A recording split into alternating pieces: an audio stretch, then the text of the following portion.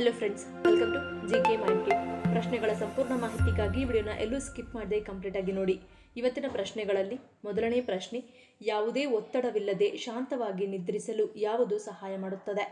Options A ನಿಂಬೆಹಣ್ಣು, B ಪರಿಮಳಯುಕ್ತ candle, C room spray, D ಮೇಲಿನ ಎಲ್ಲವೂ.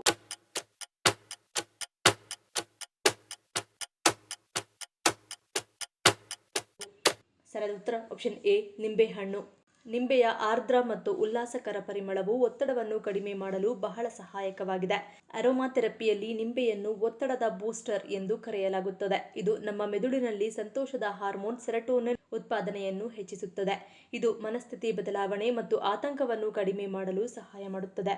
ಇದರಿಂದ ನೀವು ಯಾವುದೇ ಒತ್ತಡವಿಲ್ಲದೆ ಶಾಂತಿಯುತವಾಗಿ ನಿದ್ರಿಸಲು ಸಹಾಯ ಮಾಡುತ್ತದೆ. ಎರಡನೇ ಪ್ರಶ್ನೆ, ಸಂಕ್ರಾಂತಿಯಂದು ಎಳ್ಳು ಹಚ್ಚಿ ಸ್ನಾನ ಮಾಡಬೇಕು ಎನ್ನಲು ಕಾರಣವೇನು?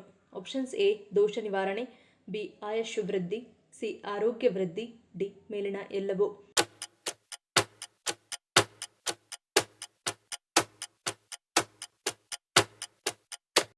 ಸರಿಯಾದ ಉತ್ತರ ಆಪ್ಷನ್ ಡಿ ಮೇಲಿನ ಎಲ್ಲವೂ. ಸಂಕ್ರಾಂತಿಯಂದು ಎಳ್ಳನ್ನು ಹಚ್ಚಿ ಅಥವಾ ಎಳ್ಳೆಣ್ಣೆ ಹಚ್ಚಿ ಸ್ನಾನ ಮಾಡುವುದರಿಂದ ದೇಹಕ್ಕೆ ಪೌಷ್ಟಿಕಾಂಶ ದೊರೆಯುತ್ತದೆ, ನಕಾರಾತ್ಮಕ ಶಕ್ತಿಗಳು ದೂರವಾಗುತ್ತವೆ, ಆರೋಗ್ಯ ಸುಧಾರಿಸುತ್ತದೆ, ಶನಿ ದೋಷ ನಿವಾರಣೆಯಾಗುತ್ತದೆ ಮತ್ತು ಪಾಪಗಳು ಕಳೆದು ಪುಣ್ಯ ಪ್ರಾಪ್ತಿಯಾಗುತ್ತದೆ ಎಂಬ ನಂಬಿಕೆ ಇದೆ. ಇದು ಶುಭ ಮತ್ತು ಸಮೃದ್ಧಿಯ ಸಂಕೇತವಾಗಿದೆ. ಸಂಕ್ರಾಂತಿಯಂದು ಈ ಆಚರಣೆಗಳನ್ನು ಮಾಡುವುದರಿಂದ ದೇಹ ಶುದ್ಧವಾಗುತ್ತದೆ, ಮನಸ್ಸಿಗೆ ಶಾಂತಿ ಸಿಗುತ್ತದೆ ಮತ್ತು ಜೀವನದಲ್ಲಿ ಸಮೃದ್ಧಿ ಹೆಚ್ಚಾಗುತ್ತದೆ ಎಂಬುದು ನಂಬಿಕೆ. ಮೂರನೇ ಪ್ರಶ್ನೆ, ಮಕರ ಜ್ಯೋತಿ ಕೇರಳದ ಯಾವ ಬೆಟ್ಟದಲ್ಲಿ ಮೂಡುತ್ತದೆ? Options A Ponnambalamedu, B Sreepadamala, C Sabari Ponnimala, D ಕುಂದಲಮಲೈ.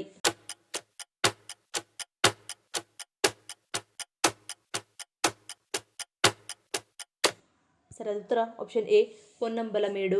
ಮಕರ ಜ್ಯೋತಿ ಅಥವಾ ಮಕರ ವಿಳಕ್ಕು ದೇವಸ್ಥಾನಕ್ಕೆ 4 ಕಿಲೋಮೀಟರ್ ದೂರದಲ್ಲಿರುವ ಪೊನ್ನಂಬಲಮೇಡು ಬೆಟ್ಟದ ಮೇಲೆ 3 ಬಾರಿ ಕಾಣಿಸಿಕೊಳ್ಳುವ ದೀಪವಾಗಿದೆ. ಹಿಂದಿನ ವರ್ಷಗಳಲ್ಲಿ ಇದು ಪೊನ್ನಂಬಲಮೇಡುವಿನಲ್ಲಿ ಮಕರ ಜ್ಯೋತಿಯ ದಿನದಂದು ಬುಡಕಟ್ಟು ಜನಾಂಗದವರು ಮಾಡುವ ಪೂಜೆಯಾಗಿತ್ತು. ಈಗ ಇದನ್ನು ಕೇರಳ ಸರ್ಕಾರವು ತಿರುವಾಂಕೂರ್ ದೇವಸ್ವಂ ಮಂಡಳಿ ಮತ್ತು ಅರಣ್ಯ ಇಲಾಖೆಯ ಬೆಂಬಲದೊಂದಿಗೆ ಮಾಡುತ್ತಿದೆ.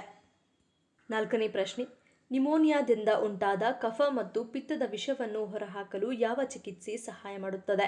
ಆಪ್ಷನ್ಸ್ ಎ ಲಂಘನ, ಬಿ ವಾಮನ, ಸಿ ನಸ್ಯ, ಡಿ ಕಟಿವಸ್ತಿ.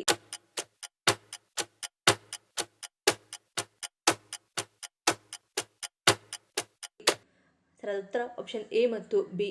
ನಿಮೋನಿಯಾಕ್ಕೆ ಆಯುರ್ವೇದದಲ್ಲಿ ಲಂಘನ ಎನ್ನುವ ಚಿಕಿತ್ಸೆ ನೀಡಲಾಗುತ್ತದೆ. ಇದರ ಮೊದಲ ಕೆಲಸವೇ ಅಂದರೆ ಜೀರ್ಣಕಾರಿ ವಿಷವನ್ನು ಹೊರಹಾಕುವುದು ಮತ್ತು ಜ್ವರಕ್ಕೆ ಚಿಕಿತ್ಸೆ ನೀಡುವುದು. ಇದನ್ನು ಉಪವಾಸ ಎಂದು ಪರಿಗಣಿಸಲಾಗುತ್ತದೆ. ಪಂಚಕರ್ಮಗಳಲ್ಲಿ ಒಂದಾದ ವಾಮನ ಚಿಕಿತ್ಸೆಯು ನಿಮೋನಿಯಾದಿಂದ ಉಂಟಾದ ಕಫ ಮತ್ತು ಪಿತ್ತದ ವಿಷವನ್ನು ಹೊರಹಾಕಲು ಸಹಾಯ ಮಾಡುತ್ತದೆ. ಅಲ್ಲದೆ ಎದೆ ಮತ್ತು ನಾಡಿಯಿಂದ ವಿಷದ ಅಂಶವನ್ನು ಹೋಗಲಾಡಿಸಿ ಕೆಮ್ಮು, ಜ್ವರ, ಅಸ್ತಮಾದಂತಹ ಪರಿಸ್ಥಿತಿಗಳನ್ನು ಸರಿಪಡಿಸುತ್ತದೆ. ಐದನೇ ಪ್ರಶ್ನೆ, ಯಾವ ರಾಶಿಯವರು ದುಷ್ಟರ ಕಣ್ಣಿಗೆ ಬೇಗನೆ ಗುರಿಯಾಗುತ್ತಾರೆ? ಆಪ್ಷನ್ಸ್ ಎ ಕುಂಭ, ಬಿ ಮಿಥುನ, ಸಿ ಧನು, ಡಿ ವೃಶ್ಚಿಕ.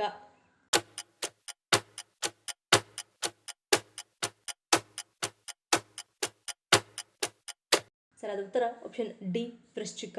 ದುಷ್ಟ ಕಣ್ಣಿಗೆ ಬೀಳುವುದು ಎಂದರೆ ಅಸೂಯೆ ಅಥವಾ ಕೆಟ್ಟ ಉದ್ದೇಶದಿಂದ ಹಾನಿಯನ್ನು ತರುವವರ ಕಣ್ಣಿಗೆ ಬೀಳುವುದು ಎಂದರ್ಥ. ಕೆಲವು ರಾಶಿಚಕ್ರ ಚಿಹ್ನೆಗಳು ತಮ್ಮ ಅಂತರ್ಗತ ಗುಣಲಕ್ಷಣಗಳು, ಭಾವನಾತ್ಮಕ ಸಂವೇದನೆ ಮತ್ತು ಕಾಂತಿಯ ಉಪಸ್ಥಿತಿಯಿಂದಾಗಿ ದುರುದ್ದೇಶಪೂರಿತ ಶಕ್ತಿಗೆ ಹೆಚ್ಚು ಒಳಗಾಗುತ್ತವೆ. ವೃಶ್ಚಿಕ ರಾಶಿಯ ಜನರು ತಮ್ಮ ತೀವ್ರವಾದ ನಿಗೂಢವಾದ ಸೆಳುವಿಗೆ ಹೆಸರುವಾಸಿಯಾಗಿದ್ದಾರೆ. ಇದು ಪತಂಗಗಳು ಜ್ವಾಲೆಗೆ ಆಕರ್ಷಿತವಾಗುವಂತೆ ಜನರನ್ನು ಸೆಳೆಯುತ್ತದೆ. ರಹಸ್ಯಗಳನ್ನು ಇಟ್ಟುಕೊಳ್ಳುವ ಮತ್ತು ಶಕ್ತಿಯನ್ನು ಹೊರಹಾಕುವ ಅವರ ಸಾಮರ್ಥ್ಯವು ಇತರರಲ್ಲಿ ಅಸೂಯೆ ಹುಟ್ಟಿಸಬಹುದು. ಪ್ಲೂಟೋದಿಂದ ಆಳಲ್ಪಟ್ಟ ನೀರಿನ ಚಿಹ್ನೆಯಾಗಿ ವೃಶ್ಚಿಕ ರಾಶಿಯ ಭಾವನಾತ್ಮಕ ಆಳವು ನಕಾರಾತ್ಮಕ ಶಕ್ತಿಯನ್ನು ಸುಲಭವಾಗಿ ಹೀರಿಕೊಳ್ಳುವಂತೆ ಮಾಡುತ್ತದೆ. ಆರನೇ ಪ್ರಶ್ನೆ, ಯಾವ ಸೊಪ್ಪನ್ನು ಕ್ಯಾಲ್ಸಿಯಂನ ನಿಧಿ ಎಂದು ಹೇಳಲಾಗುತ್ತದೆ? ಆಪ್ಷನ್ಸ್ ಎ ಕರಿಬೇವು, ಬಿ ಪುದೀನ, ಸಿ ಸಬ್ಬಸಿಗೆ, ಡಿ ನುಗ್ಗೆಸೊಪ್ಪು.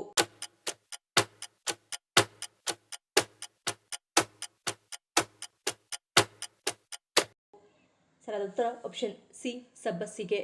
ಸಬ್ಬಸಿಗೆ ಸೊಪ್ಪು ಕ್ಯಾಲ್ಸಿಯಂನ ನಿಧಿಯಾಗಿದೆ. ಮೂಳೆ ಸಾಂದ್ರತೆಯನ್ನು ಕಾಪಾಡಿಕೊಳ್ಳಲು ದೇಹಕ್ಕೆ ಸಾಕಷ್ಟು ಕ್ಯಾಲ್ಸಿಯಂ ಮತ್ತು ರಂಜಕದ ಅಗತ್ಯವಿದೆ. ಇದು ಸಬ್ಬಸಿಗೆಯಲ್ಲಿ ಹೇರಳವಾಗಿದೆ. ಇದನ್ನು ನಿಯಮಿತವಾಗಿ ತಿನ್ನುವುದರಿಂದ ಆಸ್ಟಿಯೋಪೊರೋಸಿಸ್ನಂತಹ ಕಾಯಿಲೆಗಳ ಅಪಾಯವನ್ನು ಕಡಿಮೆ ಮಾಡಬಹುದು ಮತ್ತು ಹಲ್ಲುಗಳನ್ನು ಬಲಪಡಿಸಬಹುದು. ಏಳನೇ ಪ್ರಶ್ನೆ, ಯಾವ ಹಣ್ಣನ್ನು ತಿಂದ ನಂತರ ತಪ್ಪಿಯೂ ನೀರನ್ನು ಕುಡಿಯಬಾರದು? ಆಪ್ಷನ್ಸ್ ಎ ದಾಳಿಂಬೆ, ಬಿ ಸಿಟ್ರಸ್ ಹಣ್ಣು, ಸಿ ಮಾವು, ಡಿ ತಾಳೆಹಣ್ಣು.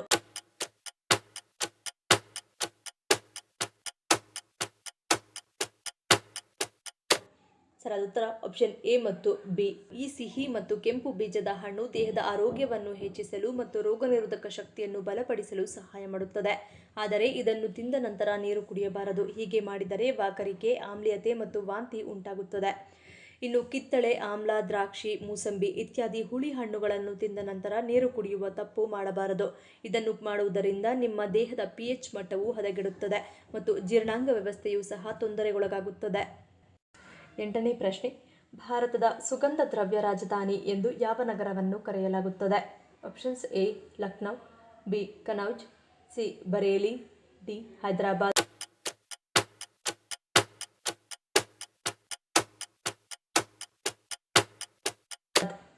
ಸರಿಯಾದ ಉತ್ತರ ಆಪ್ಷನ್ ಬಿ ಕನೌಜ್.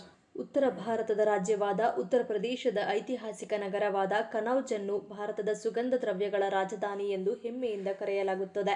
ಕನೌಜನ್ನು ವಿಭಿನ್ನವಾಗಿಸುವುದು ಹೂವುಗಳು, ಗಿಡಮೂಲಿಕೆಗಳು, ಮಸಾಲೆಗಳು ಮತ್ತು ಮರಗಳಿಂದ ಬಟ್ಟಿ ಇಳಿಸಿದ ನೈಸರ್ಗಿಕ ಎಣ್ಣೆ ಆಧಾರಿತ ಸುಗಂಧ ದ್ರವ್ಯಗಳನ್ನು ತಯಾರಿಸುವ ಅತ್ತರ್ ತಯಾರಿಕೆಯ ಪ್ರಾಚೀನ ಕರಕುಶಲತೆ. ಯುರೋಪ್ ಅಥವಾ ಬೇರೆಡೆ ಕೈಗಾರಿಕಾ ಸುಗಂಧ ದ್ರವ್ಯ ಉತ್ಪಾದನೆಯು ವ್ಯಾಪಕವಾಗಿ ಹರಡುವ ಮೊದಲೇ ಈ ಕರಕುಶಲ ಅಭ್ಯಾಸವು ಶತಮಾನಗಳಿಂದಲೂ ಅಸ್ತಿತ್ವದಲ್ಲಿದೆ. ಕನೌಜ್ನ ಸುಗಂಧ ದ್ರವ್ಯ ಸಂಪ್ರದಾಯವು ಅದರ ಸಾಂಸ್ಕೃತಿಕ ಬಟ್ಟೆಯಲ್ಲಿ ಎಷ್ಟು ಬೇರೂರಿದೆ ಎಂದರೆ ಅದು ಇಡೀ ನಗರದ ಗುರುತನ್ನು ರೂಪಿಸಿದೆ. 9ನೇ ಪ್ರಶ್ನೆ. ಕಬ್ಬು ತಿನ್ನುವುದರಿಂದ ಯಾವ ಸಮಸ್ಯೆಯಿಂದ ಪರಿಹಾರವನ್ನು ಪಡೆಯಬಹುದು? ಆಪ್ಷನ್ಸ್ ಎ ಕ್ಯಾನ್ಸರ್, ಬಿ ಮಲಬದ್ಧತೆ, ಸಿ ಮೂತ್ರಪಿಂಡ, ಡಿ ಮೇಲಿನ ಎಲ್ಲವೂ.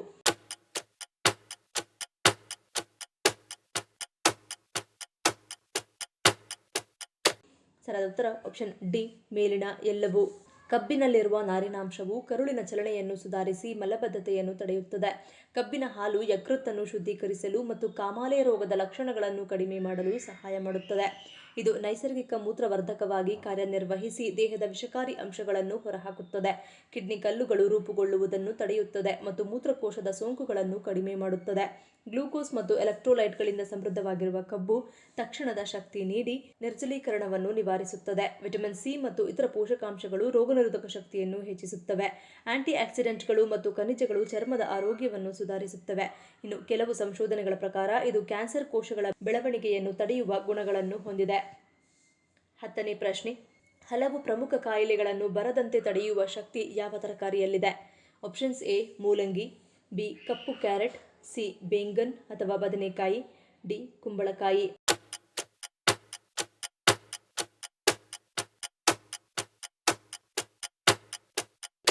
ಸರಿಯಾದ ಉತ್ತರ ಆಪ್ಷನ್ ಬಿ ಕಪ್ಪು ಕ್ಯಾರೆಟ್.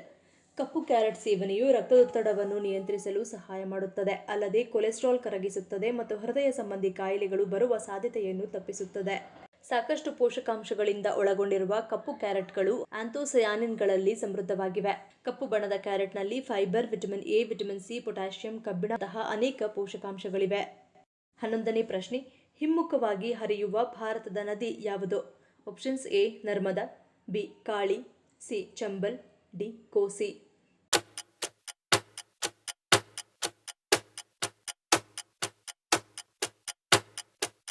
ಸರಿಯಾದ ಉತ್ತರ ಆಪ್ಷನ್ ಎ ನರ್ಮದಾ. ಪೂರ್ವಕ್ಕೆ ಬದಲಾಗಿ ಪಶ್ಚಿಮಕ್ಕೆ ಚಲಿಸುವ ನದಿ ನರ್ಮದಾ. ಇದು ಭಾರತದ 5ನೇ ಅತಿ ಉದ್ದದ ನದಿಯಾಗಿದೆ. ಗಂಗಾ ಅಥವಾ ಗೋದಾವರಿಯಂತಹ ನದಿಗಳಿಗಿಂತ ಭಿನ್ನವಾಗಿ ಇದು ಬಂಗಾಳ ಕೊಲ್ಲಿಯ ಕಡೆಗೆ ಚಲಿಸುವುದಿಲ್ಲ. ಅದರ ಮೂಲದಿಂದ ಅದು ಸ್ಥಿರವಾಗಿ ಪಶ್ಚಿಮಕ್ಕೆ ಸಾಗಿ ಅಂತಿಮವಾಗಿ ಅರೇಬಿಯನ್ ಸಮುದ್ರವನ್ನು ಭೇಟಿಯಾಗುತ್ತದೆ. ಕೆಲವು ಉದ್ದದ ಭಾರತೀಯ ನದಿಗಳು ಮಾತ್ರ ಇದನ್ನು ಮಾಡುತ್ತವೆ. ತಾಪಿ ಇನ್ನೊಂದು. ಈ ಪ್ರಶ್ನೆಗಳಲ್ಲಿ ನೀವು ಎಷ್ಟು ಪ್ರಶ್ನೆಗಳಿಗೆ ಸರಿ ಉತ್ತರವನ್ನು ಕೊಟ್ಟರೆ ಅನ್ನೋದನ್ನು ಕಮೆಂಟ್ ಮಾಡಿ ತಿಳಿಸಿ. ಈ ವಿಡಿಯೋ ನಿಮ್ಗೆ ಇಷ್ಟ ಆಗಿದ್ರೆ ಮರಿದೇ ಲೈಕ್ ಮಾಡಿ, ಶೇರ್ ಮಾಡಿ, ಸಬ್ಸ್ಕ್ರೈಬ್ ಮಾಡಿ. ನನ್ನ ಚಾನಲ್ನ ಇನ್ನೂ ಸಬ್ಸ್ಕ್ರೈಬ್ ಮಾಡಿದೆ ಹಾಗೆ ವಿಡಿಯೋಸ್ ನೋಡ್ತಿದ್ರೆ ಪ್ಲೀಸ್ ಸಬ್ಸ್ಕ್ರೈಬ್ ಮಾಡಿ, ಸಪೋರ್ಟ್ ಮಾಡಿ. ಮತ್ತೊಂದು ಇಂಟ್ರೆಸ್ಟಿಂಗ್ ವಿಡಿಯೋಂದಿಗೆ ಸಿಗ್ತೀನಿ. Until love you all, take care.